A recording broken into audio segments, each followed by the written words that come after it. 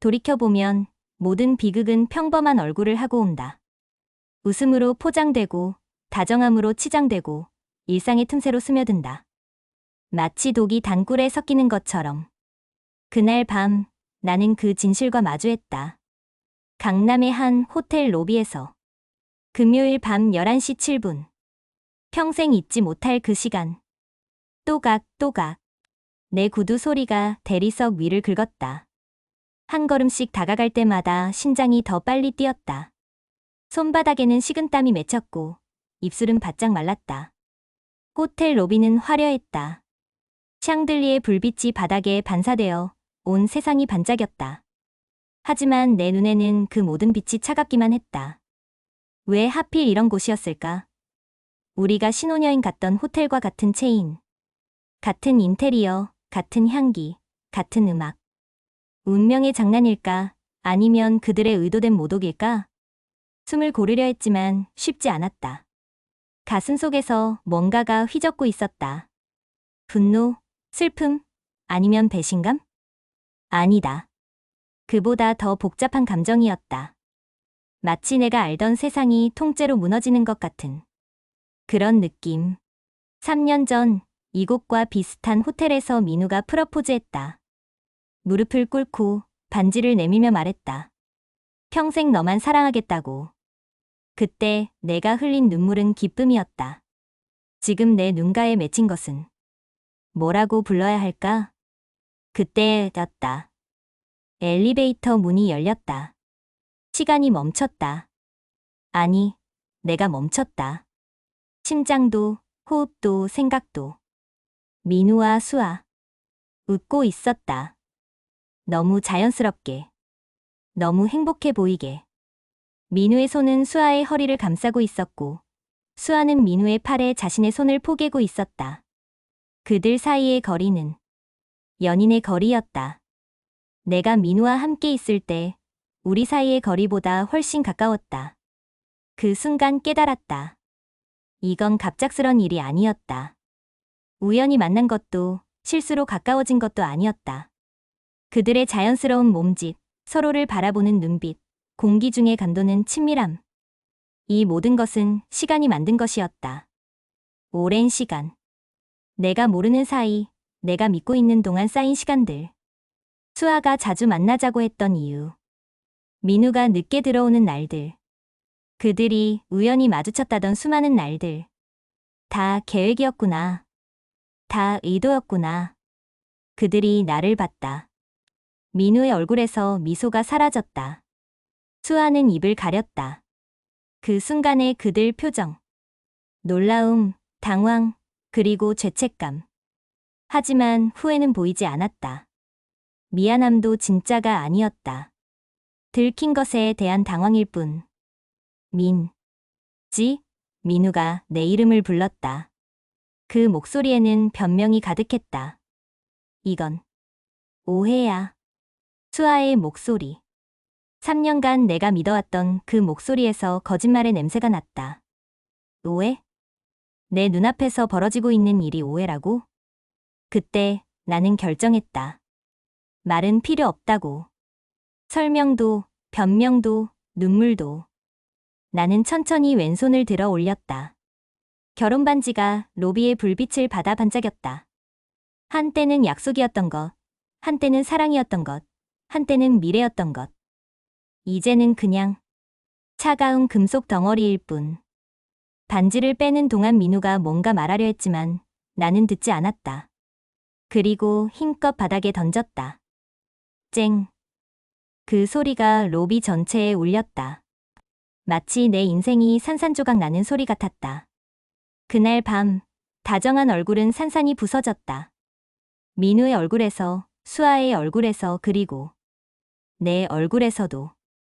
우리가 쌓아온 모든 것들이 한순간에 무너졌다. 3년의 결혼, 7년의 우정, 그리고 내가 믿어왔던 모든 다정함들. 하지만 이상했다. 무너지는 것을 보면서도 어딘가 홀가분했다. 마치 오랫동안 숨겨왔던 비밀이 드디어 밝혀진 것 같은 안도감. 호텔 로비에 서 있던 나는 어떻게 여기까지 오게 되었을까? 그리고 이것이 정말 끝일까? 나는 김민지. 28, 프리랜서 작가. 글만큼은 진실했다고 생각했다. 다른 사람들의 이야기를 쓸 때는 한 줄, 한 단어도 거짓을 용납하지 않았으니까. 하지만 정작 내 이야기는 얼마나 많은 거짓으로 덮여 있었을까? 우리 아파트는 24평. 신혼 때 대출받아서 겨우 마련한 우리만의 공간이었다. 아니, 그렇게 믿었다. 거실 소파 위에는 늘 2개의 노트북이 놓여 있었다. 나의 것과 민우의 것. 나란히, 하지만 절대 섞이지 않게. 우리는 같은 공간에 살았지만 각자의 세상에 있었다. 나는 마감에 쫓기며 키보드를 두드렸고, 민우는 회사 업무라며 스마트폰을 들여다봤다. 같은 소파에 앉아 있으면서도 대화는 줄어들었다. 언제부터였을까? 밥 먹었어? 응. 일찍 들어와. 노력할게. 우리의 대화는 점점 기능적으로 변했다. 감정은 빠지고 정보만 오갔다. 그때는 몰랐다. 그게 이미 끝의 신호였다는 걸. 그런 공허한 일상 속에서 수아는 밝은 존재였다. 전화가 오면 늘 웃음소리부터 들렸다. 민지야, 그 목소리만 들어도 기분이 좋아졌다. 오늘 필라테스 어때? 새로운 운동법 배웠는데. 카페 새로 생겼어. 분위기 대박. 우리 오랜만에 쇼핑 갈까? 수아는 항상 먼저 연락했다. 항상 뭔가 재밌는 일을 제안했다. 나는 그런 수아가 고마웠다. 내 지루한 일상에 색깔을 입혀주는 존재라고 생각했으니까. 하지만 지금 생각해보니 너무 자주 만나자고 했다. 너무 적극적이었다. 그리고 태수. 수아의 남자친구. 아니, 이제는 남편이 될 사람. 조용하고 신중한 남자. 우리 넷이 만날 때마다 태수는 과묵했다. 말수가 적었지만 그의 시선은 예리했다. 마치 모든 것을 관찰하고 분석하는 것 같았다. 부드럽지만 단단한 벽 같은 사람이었다. 접근하기 어렵지만 한번 신뢰하면 든든할 것 같은. 수아는 태수를 우리 오빠라고 불렀다. 애교 섞인 목소리로. 하지만 태수의 표정은 늘 진지했다. 그때는 단순히 성격 차이라고 생각했다. 활발한 수아와 차분한 태수의 다름. 우리 넷. 커플 모임이라고 했지만 사실 각자만의 세계에 살고 있었다. 민우는 수아와 대화할 때 더 활발해졌다. 평소보다 목소리도 밝아지고 농담도 더 많이 했다. 나는 그런 민우를 보며 친구들과 있을 때 더 편해 보이는구나 정도로 생각했다. 수아는 민우 앞에서 더 예뻐 보였다. 화장도 더 진하게 하고 옷차림도 더 신경 썼다. 나는 그런 수아를 보며 사람들 앞에서 예쁘게 보이고 싶어 하는구나 정도로 생각했다. 태수만이 달랐다. 그는 늘 관찰자였다.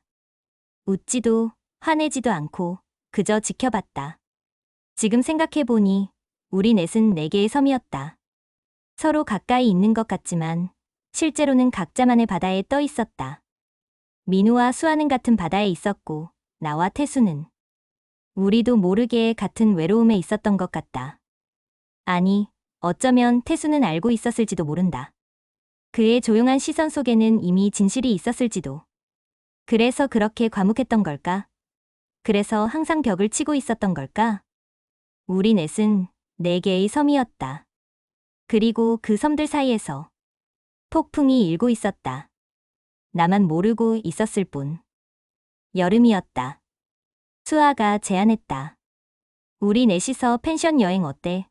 너무 오랫동안 각자만 바라보고 살았잖아. 그 말이 마음에 와 닿았다.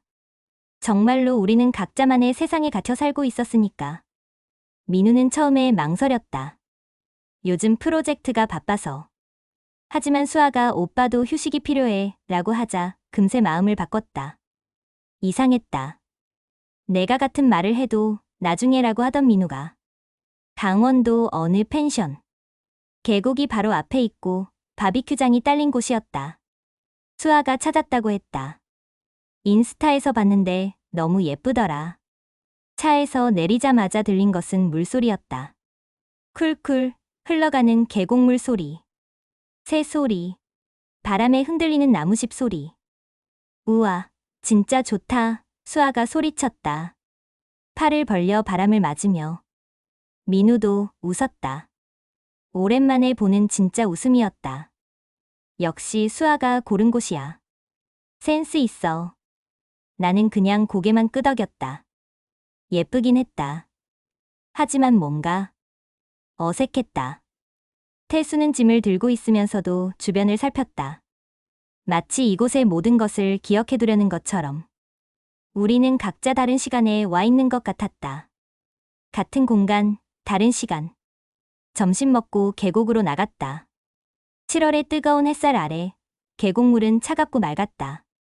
민우와 수아는 주저없이 물에 들어갔다. 발목까지, 무릎까지, 허벅지까지. 민지야, 들어와. 시원해. 수아가 손을 흔들었다. 물 진짜 차갑다. 기분 좋아. 민우가 소리쳤다. 그들은 물에서 장난쳤다. 물을 뿌리고, 비명을 지르고, 웃었다. 마치 우리가 없는 것처럼. 나는 발만 담갔다. 물이 차가웠다.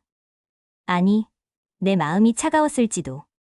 태수는 물가에서 조금 떨어진 바위에 앉아 있었다. 그는 계곡을 바라보고 있었지만 사실은 우리를 보고 있다는 걸 알 수 있었다. 그의 눈빛에는 뭔가 알고 있는 사람의 표정이 있었다. 태수 씨도 들어오세요. 수아가 소리쳤지만 태수는 고개만 저었다. 저는 여기서 구경할게요. 그의 목소리는 차분했지만 뭔가 쓸쓸했다. 나는 태수를 바라봤다. 우리는 잠시 눈이 마주쳤다. 그 순간 뭔가 통하는 것이 있었다. 외로움이었을까? 아니면 의심이었을까? 민우와 수아는 정말 즐거워 보였다. 너무 즐거워 보였다. 수아가 미끄러지자 민우가 재빨리 잡아줬다. 손을 잡은 시간이 필요 이상으로 길었다. 조심해. 민우의 목소리에는 진짜 걱정이 담겨 있었다. 나에게 하는 걱정보다 더 진심 어린. 수아가 고마워, 오빠라고 말할 때의 톤. 살짝 부끄러워하는 듯한, 설레는 듯한. 나는 그 모습을 보면서도 애써 다른 생각을 했다. 친구니까 그럴 수 있지. 나는 너무 예민한 건가? 하지만 마음 한구석에서는 경보음이 울리고 있었다. 저녁. 바비큐장에서 고기를 구웠다. 숯불 냄새가 온 펜션에 퍼졌다. 지글지글 고기 굽는 소리. 시원한 맥주 캔을 따는 소리. 건배, 4개의 캔이 부딪혔다. 민우가 수아 앞에 가장 잘 구워진 고기를 올려줬다. 수아는 이걸 좋아하잖아. 언제부터 내 남편이 다른 여자의 취향을 그렇게 잘 알게 되었을까? 나는 내 접시 위에 고기를 바라봤다. 약간 탄 것. 민우는 내가 어떻게 구운 고기를 좋아하는지 기억하고 있을까? 태수는 조용히 술을 마시고 있었다. 가끔 내 쪽을 바라볼 때가 있었는데 그 시선에는 동정이 섞여 있는 것 같았다. 밤이 깊어갈수록 분위기는 더 이상해졌다. 민우와 수아는 점점 더 가까워졌다. 물리적으로도 감정적으로도. 민지야, 행복하자. 수아가 내 손을 잡으며 말했다. 하지만 그녀의 눈은 민우를 보고 있었다. 남는 건 사진뿐이야. 민우가 스마트폰을 들어 올리며 말했다. 그리고 수아와 셀카를 찍었다. 너무 자연스럽게. 너무 익숙하게. 나는 그 사진에 끼지 못했다. 아니, 끼려고 하지 않았다. 왠지 끼면 안 될 것 같았다. 술이 더 들어갈수록 상황은 더 불편해졌다. 난 먼저 들어갈게. 나는 자리에서 일어났다. 더 이상은 견딜 수 없었다. 벌써? 아직 일찍인데. 수아가 말했지만 그녀의 목소리에는 아쉬움이 없었다. 나도 들어갈게. 태수가 일어났다. 우리는 조금 더 있을게. 한 잔만 더. 민우와 수아가 거의 동시에 말했다. 나는 돌아보지 않고 펜션 안으로 들어갔다. 태수도 조용히 따라왔다. 복도에서 태수와 잠깐 마주쳤다. 그는 좋은 밤 되세요라고 말했지만 그의 표정은 전혀 좋지 않았다. 방에 혼자 누워있으니 모든 소리가 들렸다. 아래층에서 들리는 웃음소리. 민우의 목소리, 수아의 웃음. 시계를 봤다. 12시, 1시, 2시. 민우는 언제 들어올까? 창문 너머로 바비큐장이 보였다. 여전히 불이 켜져 있었다. 두 개의 그림자가 움직이고 있었다. 너무 가깝게. 새벽 3시가 되어서야 민우가 들어왔다. 발걸음을 죽이려 애쓰는 게 느껴졌다. 잠들었나? 민우가 속삭였다. 나는 대답하지 않았다. 잠든 척했다. 다음 날 아침 모든 시선이 어색하게 어긋났다. 민우는 내 눈을 제대로 마주치지 못했다. 수아는 평소보다 더 밝게 웃으려 애썼다. 태수만이 모든 것을 다 보고 있는 것 같았다. 그때는 몰랐다. 다정함이 불씨였다는 걸. 그 불씨가 이미 활활 타오르고 있었다는 걸. 우리 모두를 태워버릴 불길이었다는 걸.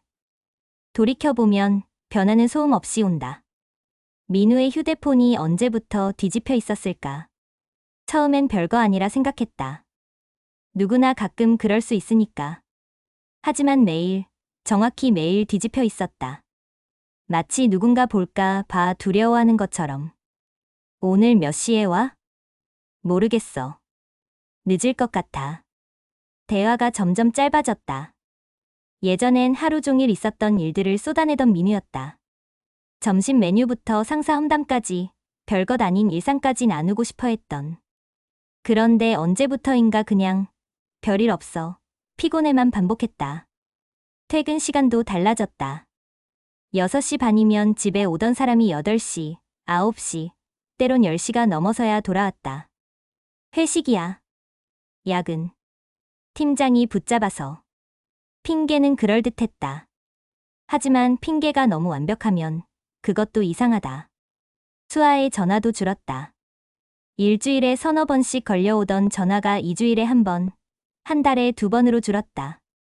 답장도 늦어졌다. 즉석에서 답하던 수아가 하루, 이틀씩 답장을 미뤘다. 요즘 바빠? 응, 센터 일이 많아져서. 짧고 건조했다.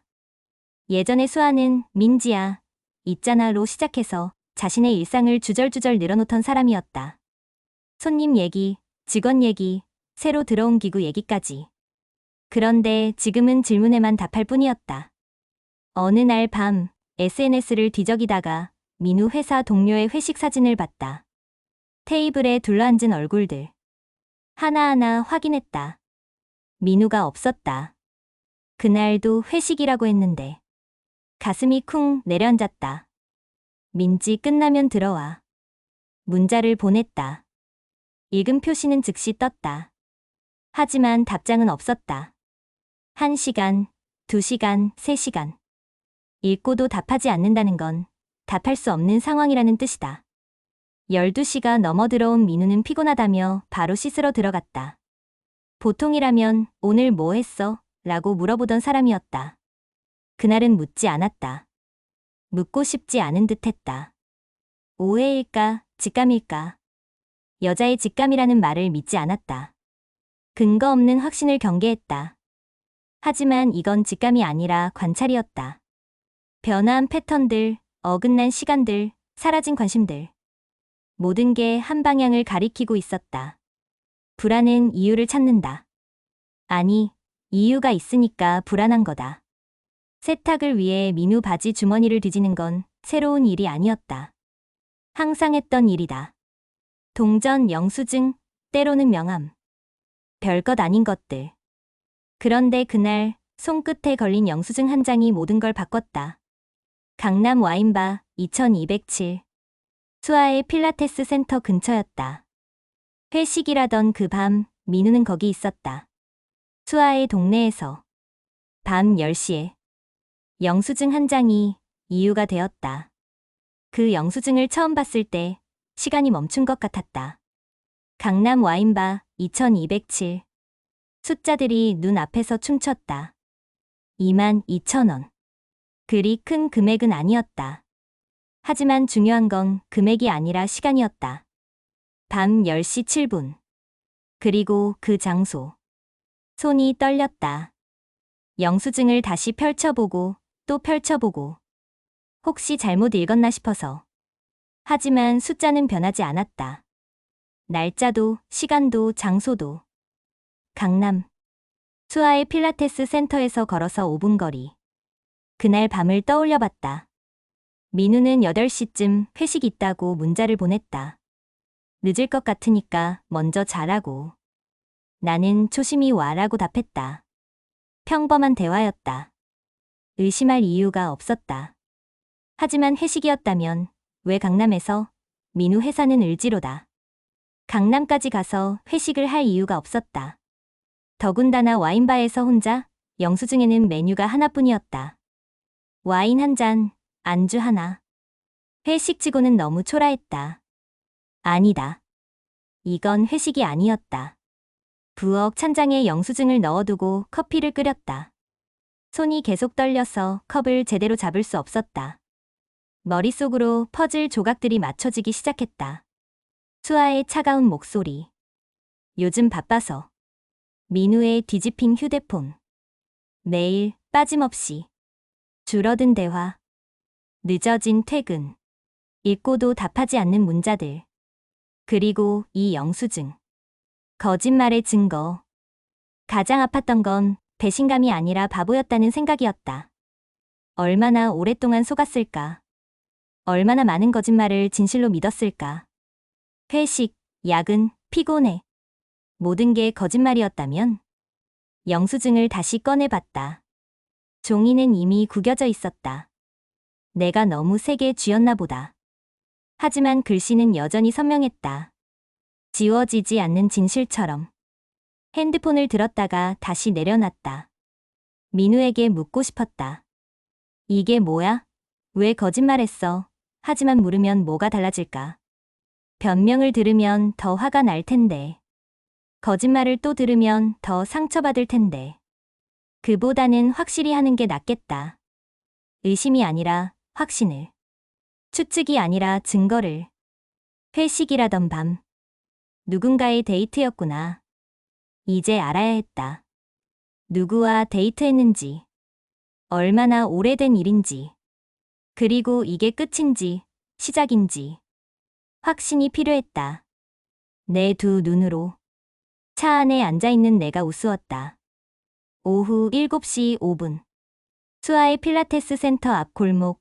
내 차는 가로등 그늘에 숨어 있었다. 엔진은 껐지만 손은 핸들을 꽉 쥐고 있었다. 손바닥에 땀이 났다. 내가 지금 뭘 하고 있는 거지?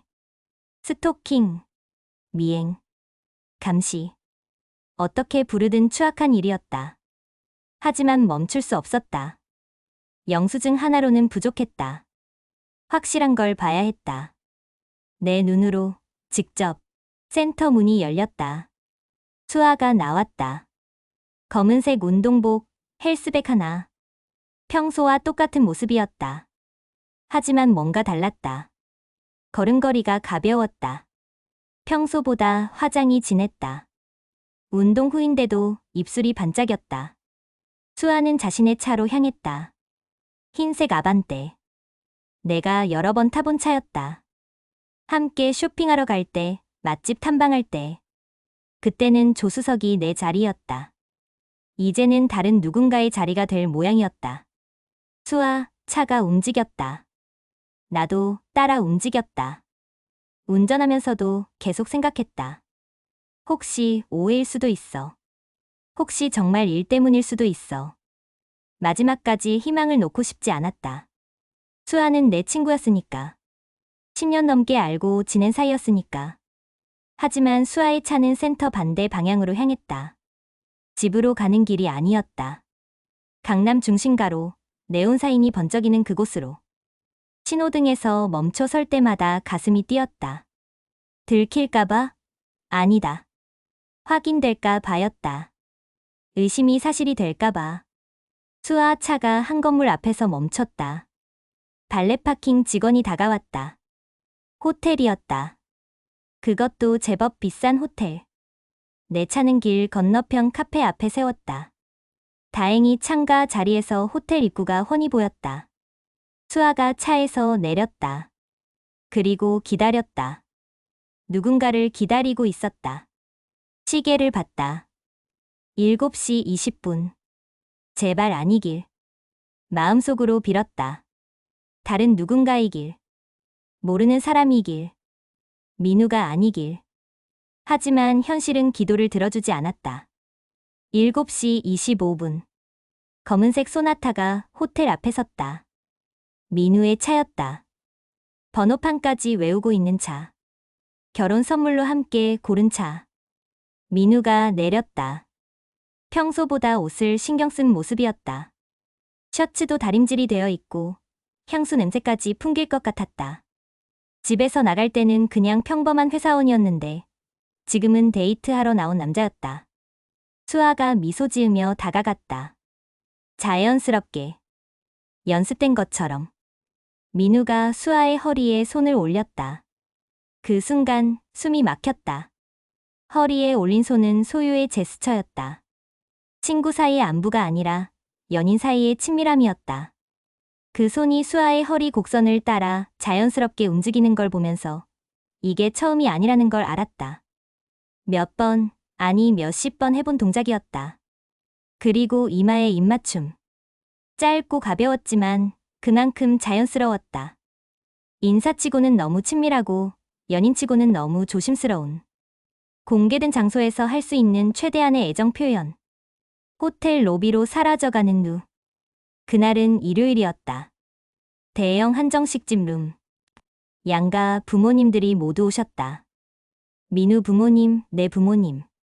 단정한 옷차림에 기대에 찬 얼굴들. 민우가 말했다. 중요한 발표가 있다고. 우리의 미래를 바꿀 사업이라고. 부모님들은 흐뭇해하셨다. 우리 사위가 드디어 큰일을 벌이는구나. 민지도 이제 걱정 없겠네. 하지만 나는 알고 있었다. 이 식탁 위에 곧 무엇이 쏟아질지를. 태수와 함께 준비한 모든 증거들. 사진, 영수증, 계약서, 녹음 파일. 진실의 무게가 내 가방 안에 있었다. 민우는 완벽했다. 마지막까지. 아버지, 어머니, 장인어른, 장모님. 오늘 좋은 소식을 전하고 싶어서 이 자리를 마련했습니다. 노트북을 꺼내 프레젠테이션을 시작했다. 이 사업만 성공하면 우리 가족들이 더 이상 경제적 걱정을 하지 않아도 됩니다. 그의 목소리는 확신에 차 있었다. 표정은 자신감으로 넘쳤다. 부모님들의 눈은 반짝였다. 정말 대단하구나. 우리 민우 참 똑똑해. 그 순간의 민우는 정말로 좋은 남편이었다. 좋은 아들이었다. 만약 내가 아무것도 모르고 있었다면 나도 그를 자랑스러워했을 것이다. 하지만 이미 늦었다. 가면은 곧 벗겨질 것이었다. 그때 문이 열렸다. 태수가 들어왔다. 수아를 데리고. 그리고 수아의 부모님도 함께. 민우의 얼굴이 하얗게 질렸다. 수아는 입술을 깨물었다. 잘 오셨어요. 동업자분도 같이. 내가 말했다. 목소리는 평온했지만 심장은 미친 듯이 뛰고 있었다. 양가 부모님들이 어리둥절해 하셨다. 동업자가 누구야? 수아가 왜 여기 있지? 태수가 조용히 말했다. 안녕하세요. 저는 태수입니다. 오늘 중요한 이야기가 있어서 왔습니다. 공기가 무거워졌다. 뭔가 잘못되었다는 것을 모두가 느꼈다. 나는 가방에서 파일 봉투를 꺼냈다. 회식이라던 밤의 와인바 영수증입니다. 호텔 로비에서 찍힌 사진들입니다. 그리고 이 계약서. 테이블 위에 증거들이 쏟아졌다. 사진들이 펼쳐졌다. 민우와 수아가 손을 잡고 있는 모습. 포옹하는 모습. 키스하는 모습. 부모님들의 얼굴이 점점 굳어졌다. 이게 뭐니? 민우 아버지의 목소리가 떨렸다. 수아야. 이게 다 뭐야? 수아 어머니가 딸을 바라봤다. 계약서를 펼쳤다. 태수의 명의로 대출을 받아 사업 자금을 조달하고 성공하면 민우와 수아가 모든 것을 가져가는 구조. 사기였습니다. 내 목소리는 차가웠다. 태수가 차분히 설명했다. 제 명의로 대출을 받아 돌리려던 구조입니다. 저와 민지 씨는 단순한 투자자로 속여서 모든 재산을 빼앗으려는 계획이었죠. 사업 계획서도 허위였습니다. 실제로는 둘이서 해외로 도피할 자금을 마련하려는 것이었고요. 태수의 목소리는 끝까지 침착했다. 하지만 그 안에는 깊은 상처가 담겨 있었다. 증거는 충분히 수집했습니다. 오늘부로 사기와 배임으로 고소합니다. 부모님들이 충격에 빠졌다. 고소라니. 이게 무슨 일이야. 민우와 수아는 이제 변명할 수도 없었다. 증거가 너무 명확했으니까. 민우가 일어나 소리쳤다. 오해야, 다 오해야, 우리는 그냥. 하지만 말이 나오지 않았다. 무엇이라고 변명할 수 있겠는가? 사진들이, 계약서가, 모든 증거가 그의 거짓말을 폭로하고 있는데. 사랑했다고 할 거야? 내가 물었다. 그럼 왜 사기까지 쳐야 했어? 사랑한다면 떳떳하게 이혼하고 함께하면 되잖아. 민우의 얼굴에서 모든 것이 사라졌다. 다정함도, 미안함도, 심지어 뻔뻔함도. 남은 것은 텅 빈 얼굴뿐이었다. 그 순간 나는 깨달았다. 내가 사랑했던 민우는 처음부터 존재하지 않았다는 것을. 식당은 조용해졌다. 부모님들의 침묵. 깊고 무거운 한숨들. 수아는 고개를 들 수 없었다. 그녀의 부모님은 딸을 바라보며 눈물을 흘렸다. 민우의 아버지가 주먹을 불끈 쥐었다가 천천히 펴셨다. 이게 어른 앞에서 할 짓이냐. 내 어머니는 내 손을 잡으셨다. 고생했구나. 사랑도, 우정도, 다정도. 가면이 벗겨지면 침묵뿐이다. 진실 앞에서 거짓은 한순간에 무너진다. 이제 법이 말할 차례다. 그리고 나는 비로소 자유로워질 것이다. 법원은 차갑고 엄숙했다. 검은 가운을 입은 판사님의 목소리가 울려 퍼졌다. 피고 김민우는 판결문을 읽는 목소리는 감정 없이 담담했다. 하지만 그 내용은 내가 바랐던 모든 것이었다. 유책 배우자로 인정한다. 위자료는 5천만 원, 재산 분할은 피고에게 불리하게 적용한다. 민우는 고개를 숙이고 있었다. 3년 전 결혼식에서 보았던 당당한 어깨는 더 이상 없었다. 변호사님이 내 옆에서 속삭였다. 만족스러운 결과입니다. 만족. 그렇다. 나는 만족해야 했다. 하지만 이상하게도 공허했다. 수아의 필라테스 센터는 일주일 만에 문을 닫았다. 소문은 빨랐다. 불륜, 사기, 배신. 이런 키워드들이 인터넷에 퍼지는 속도는 진실보다도 빨랐다. 회원들은 하루아침에 떠났다. 그런 사람한테 운동을 배울 수는 없다며. 수아가 3년간 정성스럽게 키워온 센터. 그녀의 꿈이었던 공간. 모든 것이 무너지는 데는 정말 일주일이면 충분했다. 나는 그 앞을 지나가다가 임대 문의 현수막을 봤다. 복잡한 기분이었다. 복수의 쾌감보다는 허무함이 더 컸다. 민우의 소식은 신문 구석의 작은 기사로 나왔다. 대기업 과장 사기 혐의로 권고사지. 물론 익명 처리였다. 하지만 어깨는 좁았다. 모두들 알고 있었다. 15년간 쌓아온 경력. 한순간에 무너졌다. 동료들도 후배들도 모두 그를 외면했다. 사기꾼과는 함께 일할 수 없다는 이유로. 내가 한때 자랑스러워했던 남편. 우리 민우는 회사에서 인정받는 사람이라고 말하던 그 남편. 이제는 그냥 전과자일 뿐이었다. 핸드폰에 문자가 왔다. 입금 완료. 손에 배상금 3천만 원. 숫자를 보면서도 실감이 나지 않았다. 이 돈이 내 상처를 치료해줄까? 배신의 아픔을 지워줄까? 잃어버린 3년의 시간을 되돌려줄까? 아니다. 돈은 그냥 돈일 뿐이었다. 하지만 의미는 있었다. 이것은 인정이었다. 내가 당한 피해에 대한 법의 인정. 그리고 새 시작을 위한 미천이기도 했다. 통장 잔고를 보면서 생각했다. 이제 정말로 혼자서도 살 수 있구나. 태수에게서 연락이 왔다. 민우 씨와 수아 씨, 둘 다 서울을 떠났다고 합니다. 아마 지방으로 내려간 것 같아요. 그들의 몰락은 완벽했다. 직장도, 사업도, 인맥도, 평판도. 모든 것을 잃었다. 사랑한다던 그 사람들끼리 남았지만 과연 행복할까? 배신으로 맺어진 관계가 진정한 사랑일 수 있을까? 나는 이미 상관없었다. 그들의 미래는 그들이 감당해야 할 몫이었다. 중요한 것은 나였다.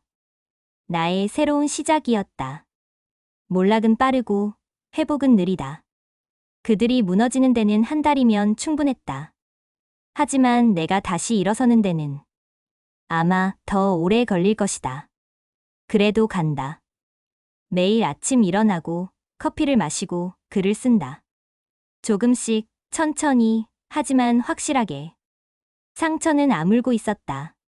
분노는 잦아들고 있었다. 대신에 뭔가 새로운 것이 자라나고 있었다. 나에 대한 믿음, 내 힘에 대한 확신. 배신당했지만 나는 살아남았다. 그리고 더 강해졌다. 아침 햇살이 창문 사이로 스며들었다. 6개월 만에 이사한 새 아파트. 작지만 따뜻한 공간. 예전 집에서는 느낄 수 없었던 평화로움이 있었다. 거짓과 의심이 스며있지 않은 오직 나만의 공간. 새 침대에서 눈을 떴을 때 처음으로 맑은 기분이었다. 옆자리를 확인할 필요도 없고, 귀가 시간을 걱정할 필요도 없고, 핸드폰 메시지를 의심할 필요도 없었다. 그냥 나였다. 온전한 나. 창밖으로 보이는 풍경도 달랐다. 산이 보이고 하늘이 넓었다. 예전 집에서는 다른 아파트들만 보였는데 새로운 시작에는 새로운 풍경이 필요했다. 작업실을 따로 마련했다. 예전에는 거실 소파에서, 식탁에서, 침대에서 글을 썼다. 민우 눈치를 보면서 조용히 해달라는 부탁을 들으면서 이제는 온전히 내 공간이 있었다. 하얀 책상, 새 컴퓨터, 그리고 벽 한 면을 가득 채운 책들. 아직 읽지 못한 책들, 다시 읽고 싶은 책들, 그리고 내가 쓸 책들을 위한 빈 공간. 책상 위에는 작은 화분도 놓았다. 작은 다육식물 하나. 매일 아침 물을 주면서 생각한다. 나도 이렇게 천천히, 확실하게 자라가고 있다고. 오늘 아침 드디어 새 원고를 시작했다. 흰 문서 위에 첫 줄을 적었다. 제목 다정의 얼굴을 한 배신. 내 이야기였다. 내가 겪은 모든 것. 사랑, 배신, 복수, 그리고 회복. 처음에는 복수를 위해 시작한 일이었다. 그들을 벌하기 위해서. 하지만 이제는 다른 이유로 쓴다. 혹시 나와 같은 아픔을 겪고 있는 누군가에게 힘이 되고 싶어서. 배신당하고도 다시 일어설 수 있다는 것을 보여주고 싶어서. 글을 쓰면서 깨달았다. 상처는 흉터가 되고 흉터는 때로는 가장 아름다운 증명이 된다는 것을. 커피를 내렸다. 예전에는 인스턴트 커피였다. 바쁘다는 핑계로, 귀찮다는 핑계로. 이제는 원두를 갈고 천천히 내린다. 김이 오르는 것을 보면서, 향을 맡으면서. 이 모든 과정이 나를 위한 시간이다. 3년간 잊고 있었던 것. 나를 위한 시간. 커피 한 모금을 마실 때마다 생각한다. 이 맛을 내가 좋아했구나. 이런 여유를 내가 원했구나. 작은 발견들이었지만 소중했다. 나를 다시 알아가는 과정. 김민지라는 사람을 다시 만나는 시간. 휴대폰을 들었다. 화면에는 익숙한 메뉴가 떠 있었다. 번호 차단 완료. 민우의 번호, 수아의 번호. 모두 차단했다. 처음에는 망설였다. 혹시 사과 전화라도 올까? 진심 어린 반성이라도 있을까? 하지만 6개월이 지났다. 한 번도 연락이 오지 않았다. 그제서야 깨달았다. 그들에게 나는 이미 과거였다는 것을. 차단 버튼을 누르는 것은 어렵지 않았다. 오히려 홀가분했다. 과거와의 연결고리를 끊는 것. 새로운 미래를 위한 필수적인 과정이었다. 거울을 봤다. 6개월 전에 나와는 다른 얼굴이 있었다. 더 야위었지만 더 강해 보였다. 눈빛도 표정도 심지어 서 있는 자세도. 나는 나를 믿기로 했다. 내 직감을, 내 판단을, 내 선택을. 한때는 다른 사람의 말에 휘둘렸다. 그럴 리 없을 거야. 내가 예민한 거 아니야? 이제는 안다. 내 감각이 옳았다는 것을. 내 의심이 정당했다는 것을. 앞으로도 그럴 것이다. 다른 사람이 뭐라고 하든 나는 나를 믿을 것이다. 그것이 가장 확실한 사랑이니까. 창문을 열었다. 봄바람이 들어왔다. 끝은 몰락이었다. 그들의 몰락, 그리고 예전 내 모습의 몰락. 하지만 시작은 나였다. 새로운 김민지. 더 강하고, 더 지혜롭고, 더 자유로운. 앞으로 어떤 이야기가 펼쳐질까? 어떤 사람을 만날까? 어떤 꿈을 이룰까? 모르겠다. 하지만 두렵지 않다. 왜냐하면 나를 믿으니까. 그리고 당신에게 묻고 싶다. 당신이라면 어디서 멈췄을까? 호텔 로비에서 증거를 찾았을 때, 아니면 모든 것을 덮고 살았을까? 정답은 없다. 다만 선택이 있을 뿐. 나는 끝까지 가기로 선택했다. 그리고 지금 여기서 다시 시작한다.